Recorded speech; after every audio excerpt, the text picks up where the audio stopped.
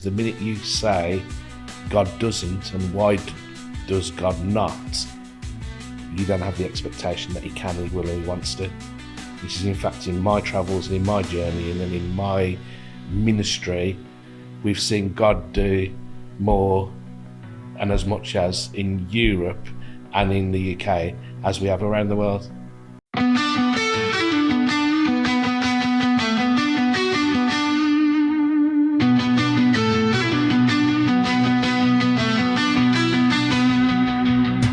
What if your biggest passion could also be your life's purpose? On the Life Explored podcast, we're uncovering the hidden connections between faith and everyday life, getting to know people and their passions.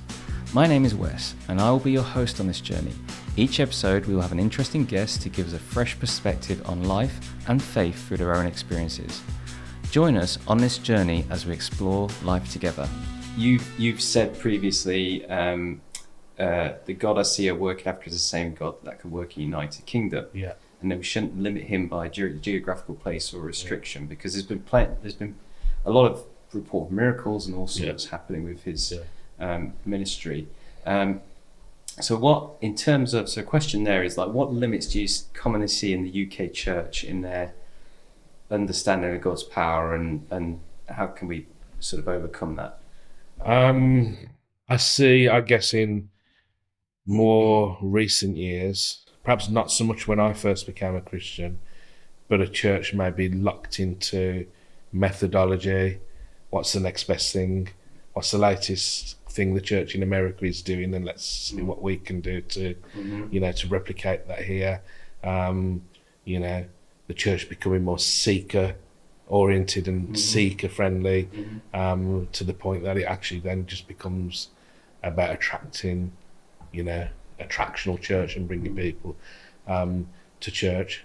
So I see the limitation being not that the church and pastors and leaders don't believe in the miraculous, they just don't practice it anymore. They don't give that up. It's not don't believe, is it? No. It's more, what is it? Yeah, it's, I don't know, maybe it's put in the back room, or it's not up front like it used to be, and you think of all the external pressure of the world around that as well, and healing, and particularly now working in radio, things like Ofcom, you've got others watching and waiting at the wings ready to come in to critique and criticize. So it's easy, I guess, to switch off your focus and attention in some of those areas that could be more, but I can't deny the things that I've seen and experienced, particularly in Africa, really. And then I remember, this probably answers, going back to the question, the why, the what about here, what about the UK, what about other nations? I remember going very early on to Reinhard and asked him this question. I said, Reinhard, I keep hearing feedback from people that love us and support us to say, why does it happen in places like Africa and China and not here? And Reinhard had an answer for it straight off. He said, well, there are times and there are seasons for harvest. He said in one way, he says they just found an old journal of David Livingstone, who was a missionary evangelist into Africa, and they found this journal and knew it was Livingstone's, and in it they read something along the, I'll paraphrase it and put it into what I understand it to be. It read something along the lines of, we don't see much light here. We don't see much success. He said, we sow with tears and with sadness and hard work and effort. But I believe a day will come when others will come and reap with great joy what in this season we are sowing with tears. And so Reinhard's here saying, even that, he says, look, he says, we today have the privilege to reap in Africa what people like Livingstone have sowed. So he said, he leaned into this whole thing of seasons and harvests and different times for the different moves of the Lord, really. Daniel, I asked him the same question a couple of years later. And interestingly, he didn't answer the question, but it provoked him. He felt really challenged by it. He told me afterwards he felt really challenged by the question to the point that what he said when I met him next, he said to me, he said, I was so stirred by the question, and I thought long and hard about it. He said, I would say this to you. He says, anybody who comes asking you the question, why does God not? Just tell them that very question itself, in its own entirety, is a flawed question. So what on earth does he mean here? He says it's flawed in the sense that actually it's a lack of faith on their part, because the minute you say God doesn't and why does God not, you don't have the expectation that he can, he will, and he wants to. He says, in fact, in my travels and in my journey and in my ministry, in events and meetings that I've been at and you've been at with me, we've seen God do more and as much as in Europe and in the UK as we have around the world. He says, so he's not limited to, obviously Africa's a different expanse of people, and the amount of people coming to those meetings were huge.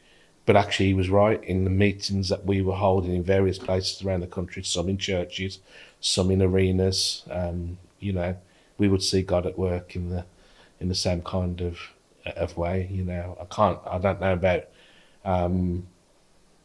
death for sure.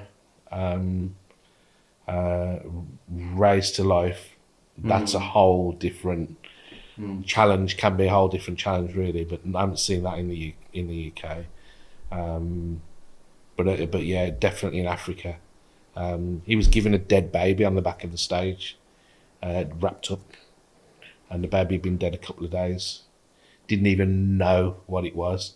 Just thought the lady was giving him a baby to blesses a child in the name of Jesus, gives the baby back to the mother, and the story goes the mother took the baby, walked off, and the baby comes back to life. And he didn't find that story out until way after we got back. And then they'll go and send the crew in. Is it because they're just not afraid to pray and just to say, well, it's down to God to heal, and I'm just going to facilitate it. I mean, the psyche I think in Africa is like you would, most Africans will believe in something or someone. Yes. It's not, if it's not the Christian God, it's, some other kind of African religion or. And I'm also thinking of kind of protocol as well, because when you're talking about a woman taking a husband's coffin to church or bringing a dead child, obviously in some of those places, there's less formalities. I think here in this country, for example, you're never going to have the opportunity to take a dead baby in the first place. No, it's all recorded and everything, and then they'd be arresting you if you tried to, But in those countries, there's less bureaucracy. You can get away with doing things like that, I suppose. Might be slightly controversial take, but what's your thoughts towards, we hear about Benny Hinn and those kinds of things happening in the US. Now I remember, so people fall on different sides of the line with guys like Benny Hinn and that, because there's been some controversy over his preaching and the things he preaches, and also, there's been documentaries done and there's sort of questions over his ministry. I mean, if you're able to talk to that, I personally don't know Benny Hinn that well. I've obviously, or any kind of he would have definitely been connected to Reinhard and had been at meetings that we've hosted and held. In fact, we did have one meeting in. We did a fire conference. And he was invited as a guest speaker by Reinhard, and there was a contrast definitely in the style and the flavour of who they were and how they presented. I would just kind of caution people kind of not always to throw the baby out with the bathwater. It's easy to kind of jump on a media opinion and add fuel to some other fire, and often we do that without really knowing the person. So equally, I would have seen the same kind of stuff maybe channeled at Reinhard. Right. But I'm confident that I can say of Reinhard because I know him and I know him personally and really well, and I've seen it firsthand and up close. The guy I sit with at a dinner table is no different from the guy on the platform. Now, I couldn't confidently say that about anybody else in the same way, really. So it's a sense of knowing the people.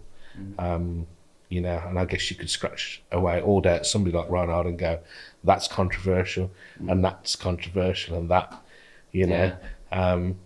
But you can't deny then necessarily the fruit and the Lord kind of working through them. Yeah, I suppose when it comes to controversy, I suppose there's two types, isn't there? There's a one which is, it's controversial because the person's just preaching a Christian message, and to some people that's going to be offensive regardless. And then there's a controversy where it's just what you call scandal, really, where they've done something that's not Christian. It's not, and I suppose that's the way you've got to judge. And really. And the potential is there for that. But it is easy to kind of, you know, I think judge that without knowing the full facts. Another one that would kind of fit into that category, and he's all over YouTube, be somebody like Kenneth Copeland. Yes. You know, I'm not prosperity gospel in any way of that kind of nature, but I would say God is a generous God and God wants to prosper us. But actually, from what I know about somebody like Kenneth Copeland, just having been in, you know, not up close and connected, but connected to people that are a little bit more relationally connected to them. What most people don't understand, Kenneth Copeland's wealth actually isn't, you know, I don't know, Benny Hinn, the wealth is obviously through the ministry that's been built. Kenneth Copeland's wealth on the opposite side is through oil on the land that they own, of like family and all of that kind of stuff. Really, what that looks like and you know, all of that.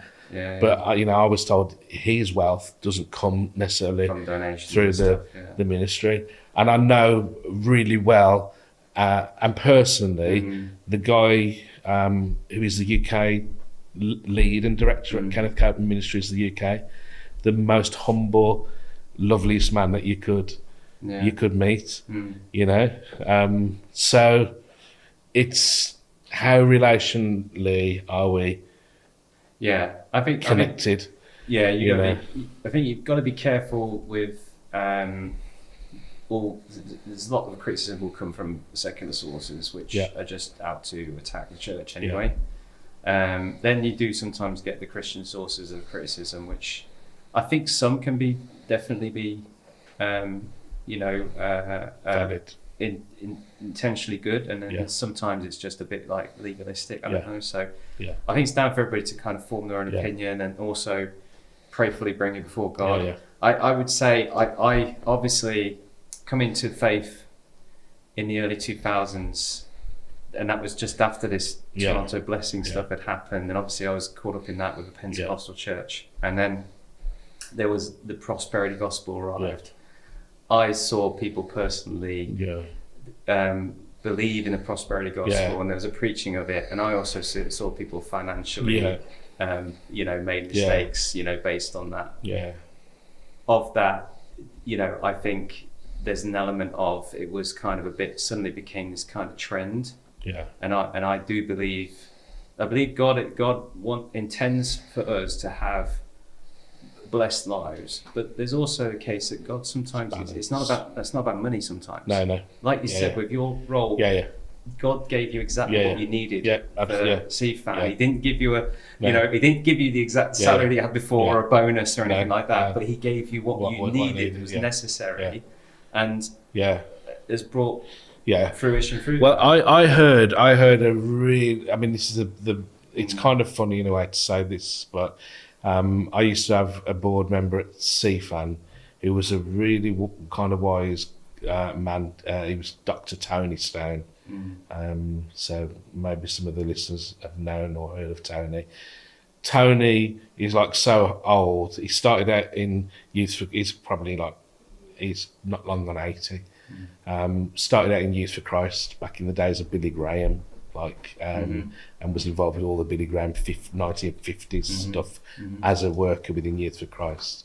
And so his testimony goes something like, I used to be Youth for Christ, but now I'm geriatric for Jesus. It's funny. But I've talked to him a lot about the kind of the prosperity gospel over the years, and he had one particular guy send a letter. He ended up on some mailing list, an American ministry. The letter comes in, Brother Tony, we need X amount of money to do this, this, and this.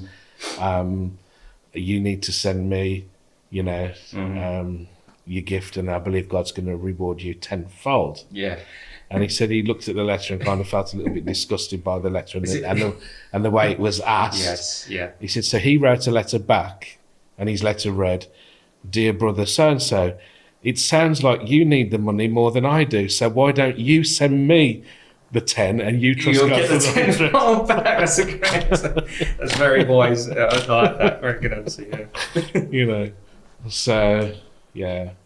I think with all of these things, it's kind of deciphering what the real need is. I mean, we used to ask for help and support at CFAN, but it was only ever for the gospel. It was only ever to fund a crusade in Africa. You go and look at, Reinhard sadly passed away in 2019, but you go and look at what that guy earned and lived on. Not a wealthy man by the standards of some of his, peers, really, in that sense. But if you would have heard of his name if you've been in a Pentecostal church or charismatic church, you would have heard of his name. Yeah. But he's not. Traveling the circuit. No. Getting, No, and God would provide for him in some of the most extraordinary ways as well. Yeah. I'll give you one story there. So he wakes up one morning.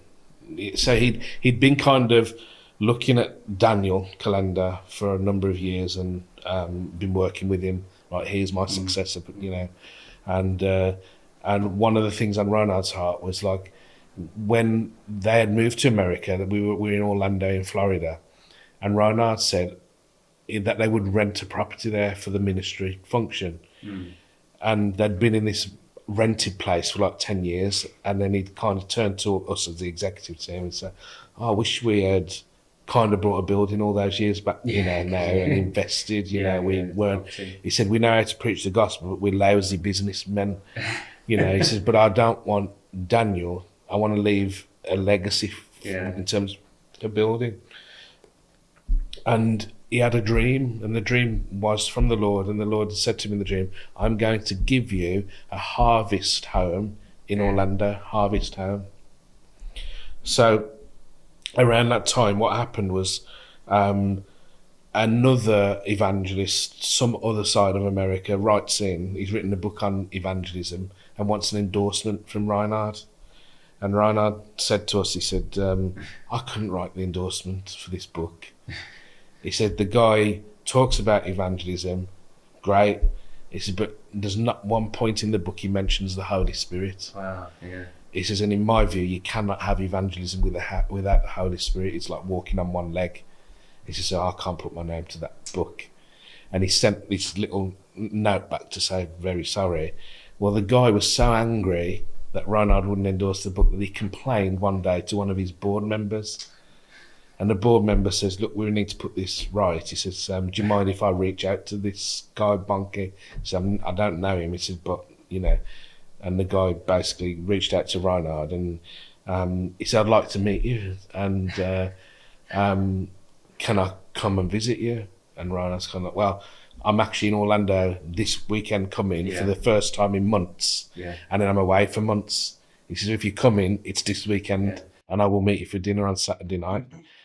And the story goes, this guy, this board member of this particular evangelist comes in. And they said to him, do you want us to pick you up from the airport? He says, no, he says, I'm coming on my own plane with my own driver. And I'll just meet you at whatever restaurant you tell us to. And basically the guy turns up, has dinner with Reinhard, puts the whole thing to rest concerning the endorsement in the book.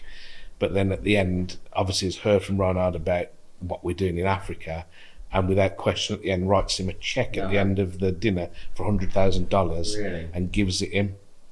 Yeah. And then goes back to where he comes from, and within 2 weeks sent another $1 million in as the first $1 million of 3 that had been planned for this building project that they were working on. And within a short space of time, Reinhard raised another $1 million from somebody else, another $1 million, from somebody else, really. So it's like, it's crazy.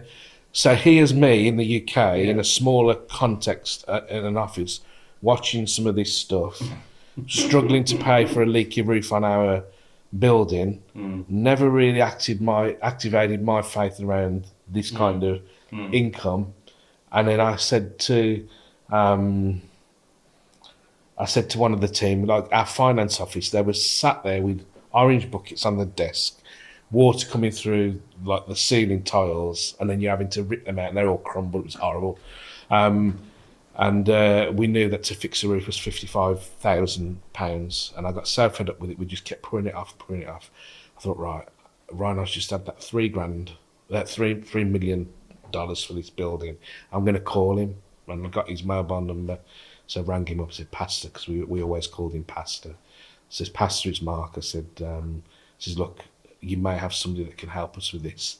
I don't want to put a fundraising letter out to our supporters to raise for a building's leaking roof, and we want to also refurbish a room on the ground floor. We're going to knock a wall out, put a steel in, and open up a room that would seat 50 people, so we can hold meetings in the office here. So I need about 80k altogether. Can you help with that, or somebody? And he said to me on the phone, he said, I cannot help you. That's his accent, the best. He said, I cannot help. He said the UK office must stand on its own 2 feet. You pray. Wow. And I put the phone down. It was on a Tuesday afternoon. The phone goes down, and I was fuming. I was like so annoyed. I was like, oh. And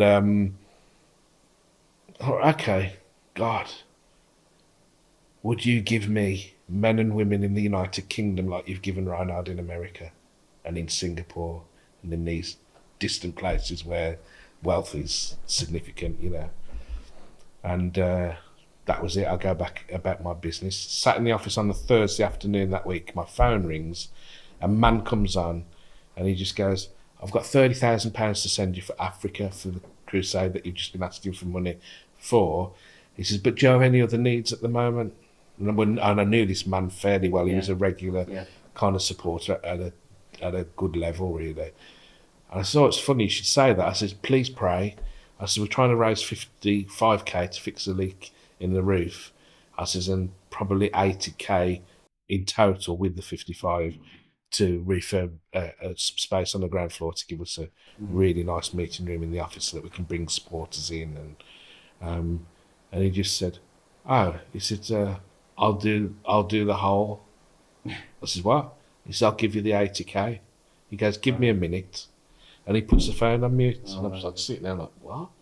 And he's gone off, talked to his wife. He comes back on and he goes, right, I've just spoken to my wife.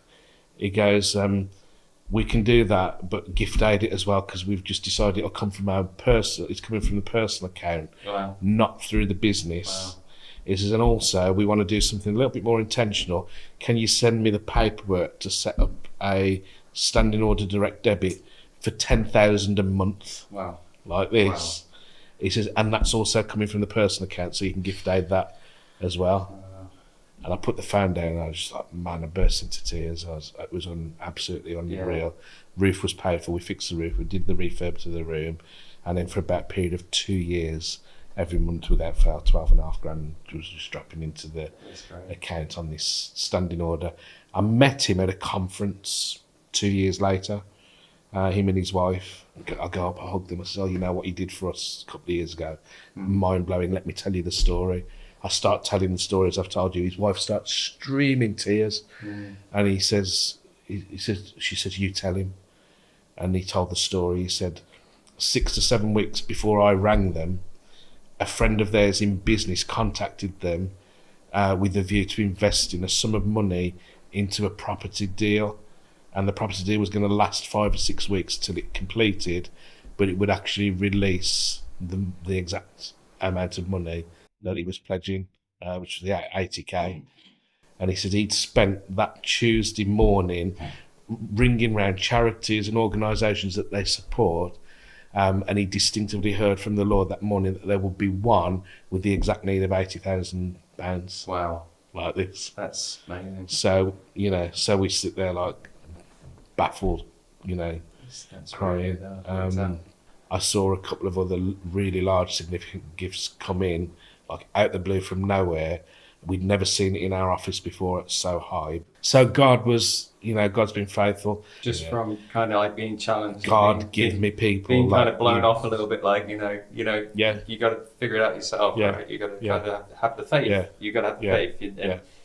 Yeah. And it was like, okay, well, time Yeah. to stretch your faith. But from a leadership point of view and a perspective, like the context of leading with very little versus leading with plenty, actually it was harder to lead with more than it was to lead with the lack that we had got, really. We felt that and knew that, but no, we saw God at work in those days and those years, really. So yeah, that's some of the African side and the CFAN side, and and I travelled also the length and breadth of the UK over 10 years. Daniel very much recognised the gift of worship and worship leading within me, so I was kind of pulled it. He said, right, anywhere I'm on a conference in the UK, is I want you doing the worship. God's going to give you a team of gifted, anointed musicians, worship leaders, singers. He said, in fact, you get that. I don't need to tell you who that team will be. He'll prophetically show you. And that team kind of came about very quickly. Each one of them had their own prophetic story of how they felt called and connected to it, which was amazing. And then we formed CFAN Worship UK in 2012, and then we were running events up until 2021 all over. Probably 6 or 7 like larger events a year. 2,000 people in London and around the UK, and just gathering people under the banner of what we call In His Presence, just a night of worship, ministry, teaching, preaching the gospel, pray for the sick, doing what we could do without a Reinhard or a Daniel able to come in to the UK all the time. That was brilliant, really. That goes back to your prophecy. And just how it's come about. Those, God will use you in a mighty way, but still, and I remember talking to Beryl, the old lady, some years later. She passed away, but I remember speaking to her, and I talked to her about the prophetic word, and she said, well, it's simple. She would say, "Me man, it's simple, me man. You never try and be anything mighty. Never try, never strive for it. Don't press for it, and watch what God will do." So I sit here today kind of thinking, well, I haven't even attained that, what God wants me to do. You're just living it out and doing it, really. And that's that, really. I never thought UCB, I would end up in UCB. We gave our notice in at CFAN. We had these 4 prophetic words. And it was really interesting because the other couple of things that happened there was David LaRue, who's the CEO, I've been close friends with him for many years. He walked into my office at CFAN the day after I'd met one of our board members, and I'd been talking to the board member about my future at CFAN. And David came in and he said, I've never done this before, but God's given me a word to give you. He wants you to know that you're too comfortable now in that seat. He's in my office, pointing at my desk. You're too comfortable in that seat. What are you going to do about it? And I broke down. I said, look, you need to know, yesterday I was with one of the board members. Here's what's going on. Here's what's happening. And he just said, I've seen too many men and women. You get to your late 40s, 50s, and you just fizzle out to nothingness. I don't know, go and drive an Uber taxi or something somewhere, or not that there's anything wrong with that. I would absolutely love that as a job, to be honest. I've got to say, I would a little bit too as well. I do like talking to people, and I think I'd probably be quite good at doing that. So I thought about it. We put our notice in, and then he was clever really, because it's really funny, we actually ended up going out and buying a travel franchise business that Kerry and I ran for 2 years. And we felt led to do that by the Lord, which was really strange. It was really weird. I woke up with another way God speaks, and never really before in this way for me, but it was so vividly clear. I'd had a dream that I was one of the people that brought an electric bike in COVID. Okay. So, and I got out cycling, and I cycled 7,000 miles in 2 years on this bike. I dropped 5 stone in weight, of which most of that's unfortunately back on now. It does come back. And did really well. But I had this dream, and I dreamt that I was on a motorway. I knew I was going away from Birmingham Airport, so I would say it was like the M42 south. That's the impression I've got, going away from Birmingham. Everything's new, the motorway's new, and I come to this shiny new off-ramp exit. And as I'm coming up to it, I hear footsteps behind me, and I look, and it's Kerry, my wife's running up the hard shoulder. There's no cars on the motorway, nothing. It's a summer day, it's warm, and I just hear these footsteps, and I look, and she comes, and I stand up on the pedal. She takes a flying leap onto the seat, arms go round, and then I pedal, but I don't know which direction I took. Did I go off the off-ramp? I don't know. Or did I carry straight on? But I could see that the destination, wherever it was that I was heading, whether I went straight on or off, the destination was going to be the same destination. So we sat, and I think David knew from the minute he walked in my office that the trajectory was UCB. So he eventually comes along, and let me go back to the travel company, because when on the Friday, it was a Friday evening, David had said, right, when you leave CFAN, put a social media post out to say you've left, honour the past, honour the leadership, why you've left. So we did all that kind of stuff. Immediately, one of the guys in the band calls me. So I hadn't told the band. They found out when everybody found out.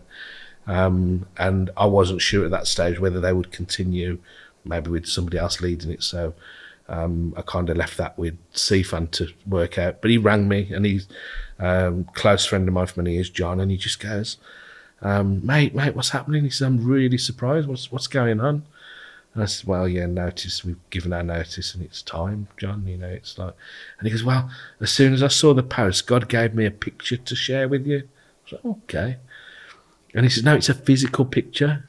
And he's on a WhatsApp video call. So let me just get it. And he comes, and he brings a little 5x7 postcard, puts it up to the camera, and it's a picture of a tandem bike. Serious? Side on.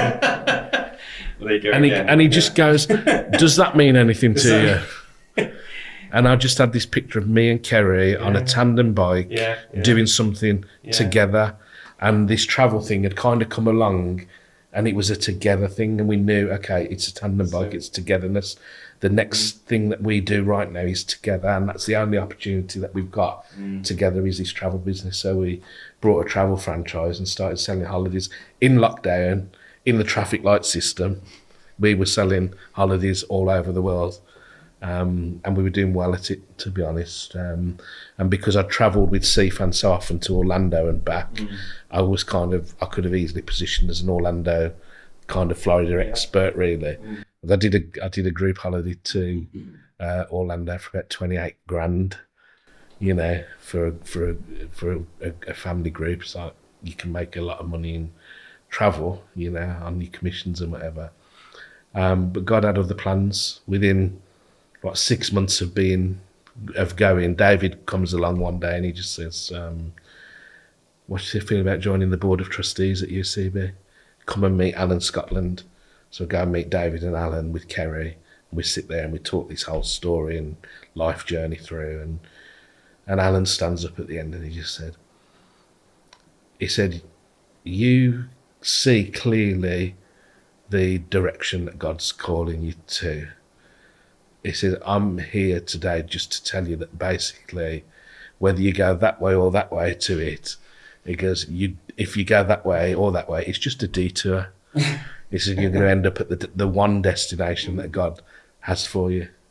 It's just, so if you've gone off the off-ramp, you've just gone a little bit of a detour to get to where you actually should be. But if you carry straight on, you're heading there anyway. And this is that destination for you is UCB. I've no shadow of doubt or question about it, really. And so I joined the board, even then knowing that the trajectory would be to eventually come into the comms director position at some point, into the MD role, and on and beyond from there, really. So I walked that journey then as a board member for 6 months, and then our comms director was being seconded to launch the UCB Academy, which we've got, which is training set up for, well, David calls it 5 M's. So it's management, media, ministry, mission, and music. So any one of those 5 M's, UCB hopes and is currently offering a plethora of different kind of courses and of different lengths and in all of those functions, really. So she was seconded to run the academy, and he said, what do you think about, you got your travel business going, how about coming in a couple of days a week from a consultancy perspective as a board member and come and be our comms director, just sit there, you know how to lead a comms team, just support the team and keep us floating over. So okay, I could do that. And then it moved up to 3 days, and then eventually it was like, this is a no-brainer. God, this is absolutely where you are calling us to be. You know, one of the prophetic words that we'd had was that God wants you to take the intimacy of chapter 1 into chapter 2. And so we very much see UCB as our chapter 2, you know. And it really wouldn't have worked for us to go from one ministry to another without just having had that little breathing space between, albeit going through having had the stress and, you know, it was pressure and hard work in running and trying to launch a travel business at the same time, you know. But I suppose it puts that entrepreneurial spirit and nature within me to say, well, at least I had a go, at least I know I could have done it, and, you know. So, yeah, so that's some of the journey over. When it comes to UCB, actually, you know, we touched on this earlier, which was just about kind of, you mentioned the US and kind of what's happening in the space, and we all, you know, we now have the Angel Studios released the, you know, the Gospels, can't remember the name of it now, the Chosen, yeah.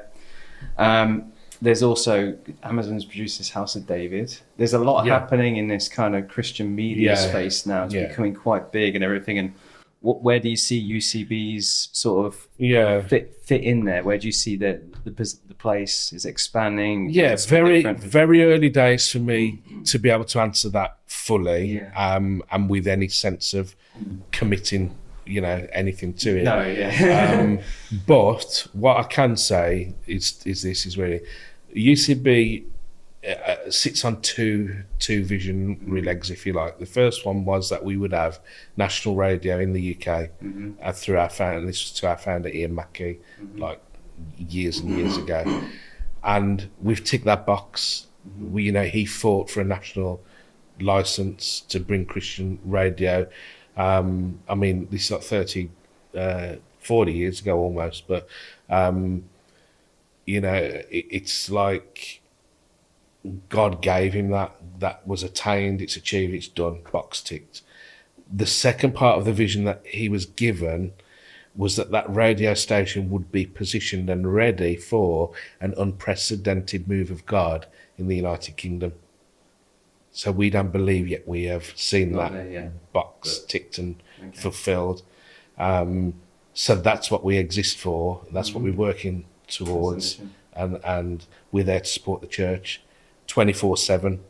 You know, when people are getting saved at 9 o'clock, 10 o'clock at night, you know, where can they turn?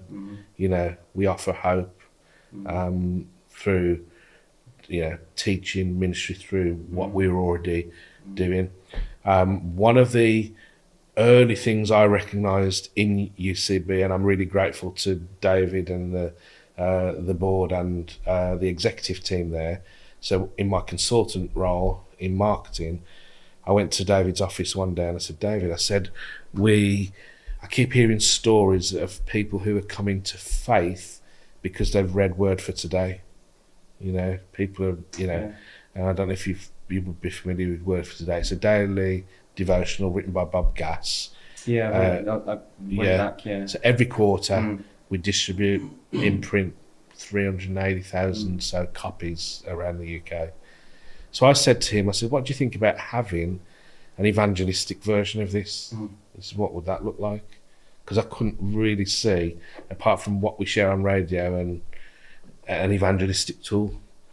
So I said, you would basically take Bob Gass's teachings, we can search them over the 20-year history, and into the future, because he had the insight and foresight to write 10 years ahead before he passed away, and he passed away 5 years, you know, before. So we can contents there. We can look at the cross, redemption, salvation, the gospel, anything, you know, that would take somebody from day one to day. Let's condense it down to 30 days. Let's prepare a journey for somebody to go through. Maybe somebody who is leading an unsaved relative. They've just become a Christian. They don't know how to articulate it, but actually would be comfortable to go, here's a copy for you, here's a copy for me. You work on yours, I'll work on mine, and we'll keep talking, you know. So David was like, that's a really good idea. He says, why haven't we thought about it? I said, because you don't think evangelistically, you know. We leave the evangelism to the church, but actually we've got a voice, and the voice is on national digital radio. So what are we doing? And then he said, check with our head of marketing how many, you know, what we'd do, how many we'd print. So I go to the head of marketing, explain the whole concept to them. And I said, how many would you normally print for a pilot project, just to kind of put this into orbit, really? He said, oh, we'll try 5,000 and see how it goes, and see if we get an interest or an uptake for it. And I just said, very respectful, I said, I know churches personally and pastors in London, if I phone them, I said, they'd take 5,000 from me and probably pay for the 5,000 to be printed. As I said, let's think again of a different number. What do you think? She goes, oh, what are you thinking then? Like 10, 15, 20? And I said, well, to be honest, I'm thinking a lot more than that. Let's go and have a chat with David.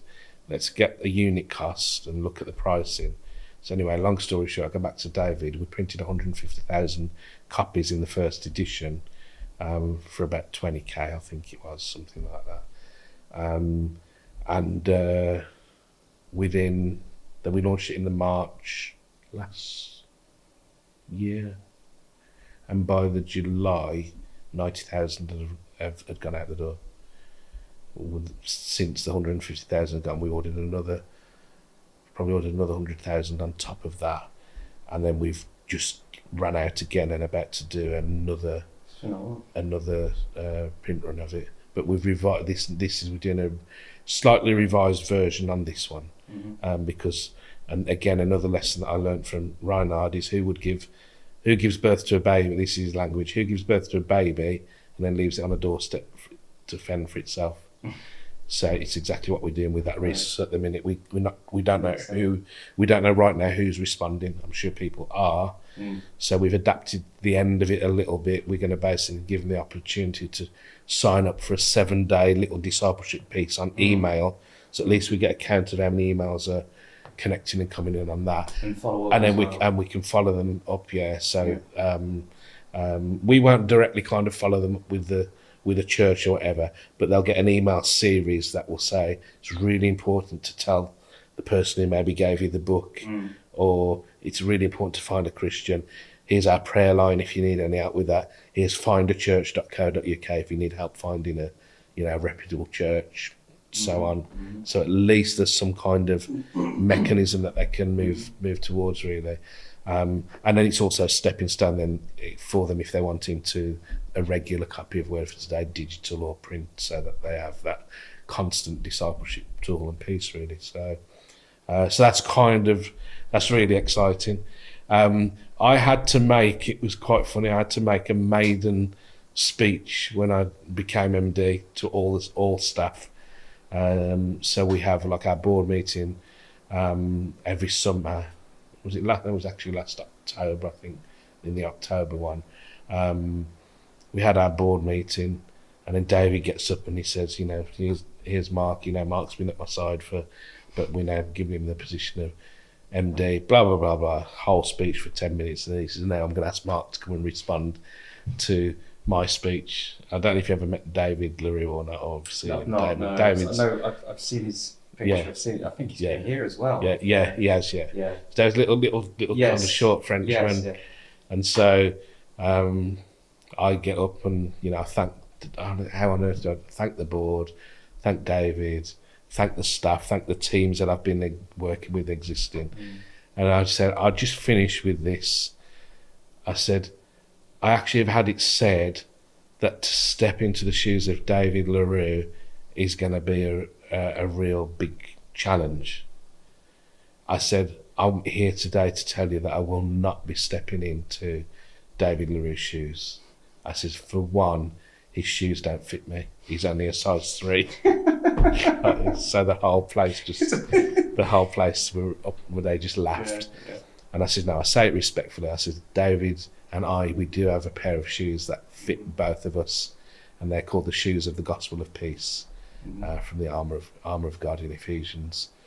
I said, and with that, I'll leave you with just 2 words, and I'm going to assure you that you're going to be hearing these 2 words in my tenure a lot more, but I'll leave them with you now just to ponder. Here's the 2 words, the gospel. And I just walked off the platform and went and sat down.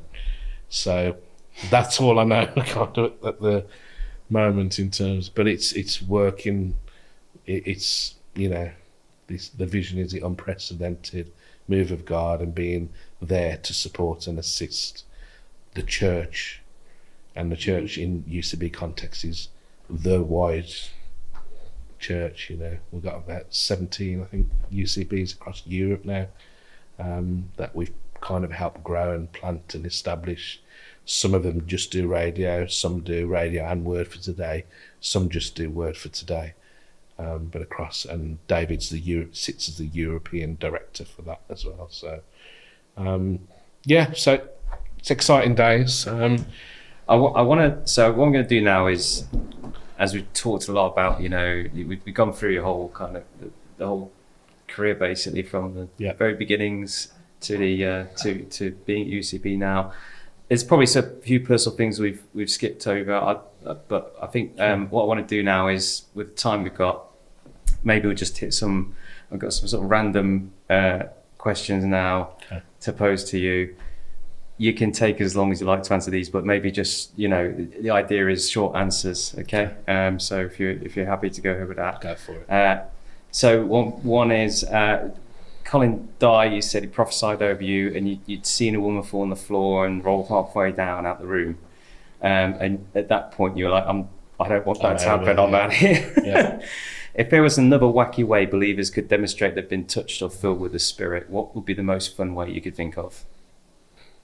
I think looking back at that now, I would say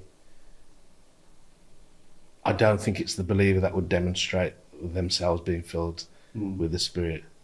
I think that would be I think you're in control, but it's kind of like it's a spontaneous expression of what God's done in you in that moment. A little example was when I'm in the CFAN Orlando office. We've got a school of evangelism going on. Reinhard's coming down the lines praying for people. My boss at the time, Peter, says, make sure you're on the end of the line when Reinhard comes to pray for you. I said, well, no, I don't need him to. He's prayed for me loads of times before. And all I can remember was Reinhard coming, he got to me on that row. He just went, Mark, fire, bang. I jumped 3 foot back. I hit the wall and was on a crumpled wreck on the floor. I didn't orchestrate it. I didn't do it. It kind of just, my ears were burning. And after 10 minutes, and I'm fully conscious, I know I'm there. I know God's doing a work in me. I can't describe the feeling or the thought or anything, but I can remember at the end, opening my eyes, I looked up, saw Peter there, he pulls me up, and I said to Peter, I said, why did he hit me so hard? And he just went, hit you hard? I said, yeah, my ears are burning. He just went, fire. He says, he never did. He said, I saw him just come, he's gently touch you on the side of your face. He says, that's how God moves and works.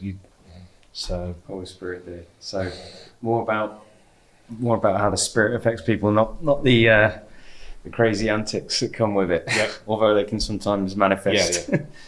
You have mentioned that you used to have It was a teenager. You had pet rats. I had some rats, yeah. You had some pet rats, and you've talked about animals being in heaven.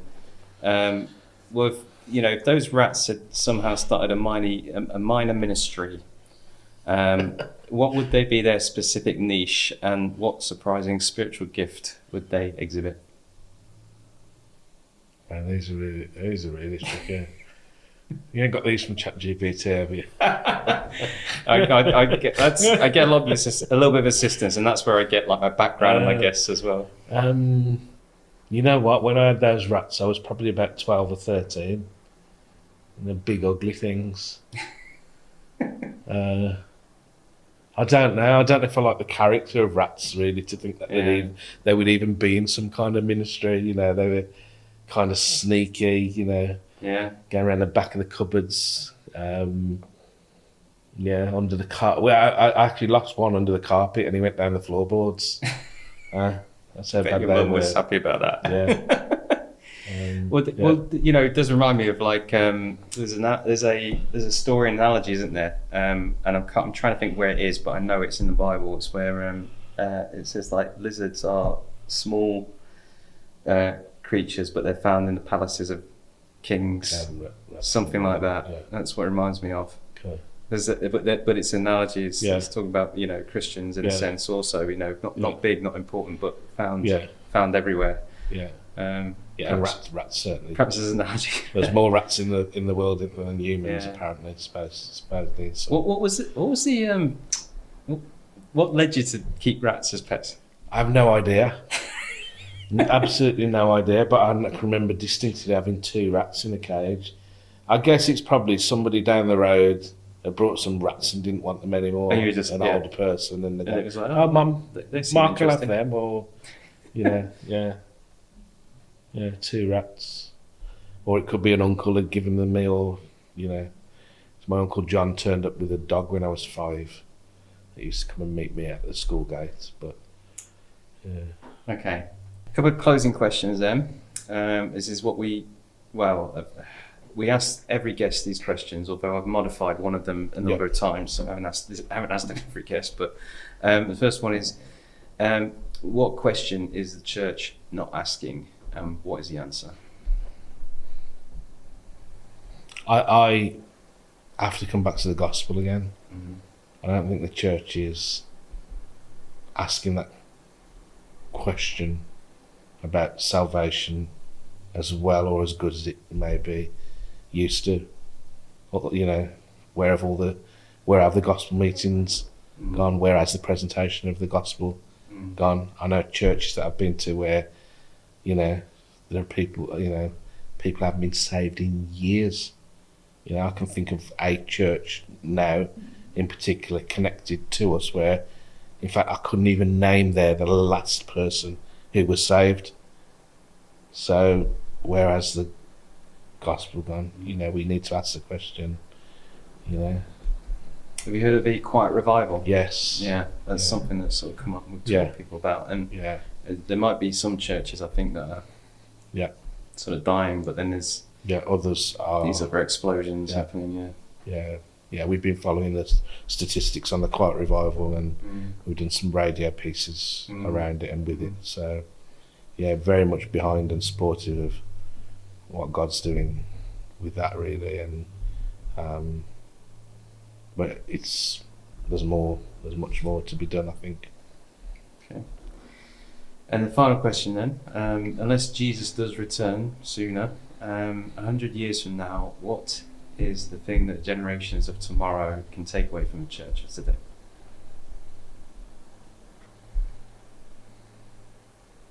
I'd love for it to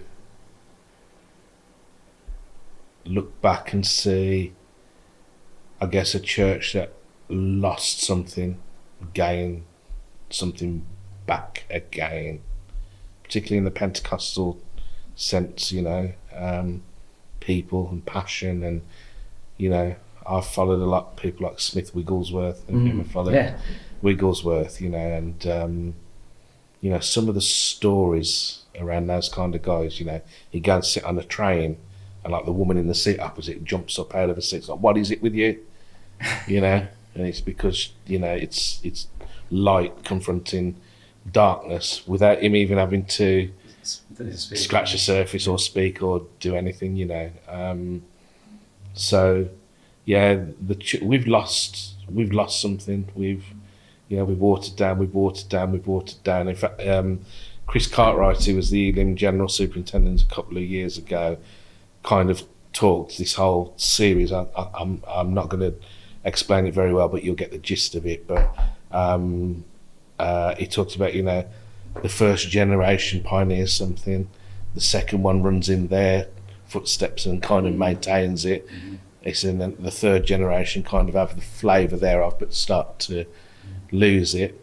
And then by the fourth generation, it's like, there's a complete change, but all the good stuff hasn't kind of worked its way, through into, their situations really. And it's a rediscovery and repurpose, reigniting and finding passion for those things again, in terms of what God can do and he's able to do and has done in previous, generations and different lives and circumstances. So, think of something like the Welsh revival. It's huge stuff. Yeah, we talked about that on previous episode. I think it was Peter Anderson. We talked a bit about that. But if you ever want to come back and talk about Smith Wigglesworth or those topics, I really was into reading Smith Wigglesworth. Read a few of his, a few different biographies. Fascinating character. Yeah, if you can find it. I recently read. I was at David's. We went to France a couple of years ago, and he's got a place out there. We went just for a little break, and I get into his study, and he got like row after row of books. If you've ever been to Allen, Scotland, it's not quite that bad, but no, he's got. And I just picked a book off the shelf. It was by a guy called Colin Whitaker, and it was just titled 7 Pentecostal Pioneers, and Wigglesworth was in there along with there's 6 others. It was amazing stories, really. Fantastic. And you say, like, Lord, do it again in my day, in my generation. Yeah, that's it. There we go. Well, thank you, Mark, for joining us. It was great talking to you, great getting to know you and a little bit about your ministry. It'd be great to see you again sometime. And thanks for being on. Thank you very much. We hope you've enjoyed watching or listening to this episode. If you have any thoughts about the topics from this episode, feel free to leave a comment or reach out to the team. Don't forget to follow, like, and subscribe wherever you're joining us from so you won't miss the next episode. We appreciate you listening in and look forward to bringing you more content through Life Explored. Bye for now.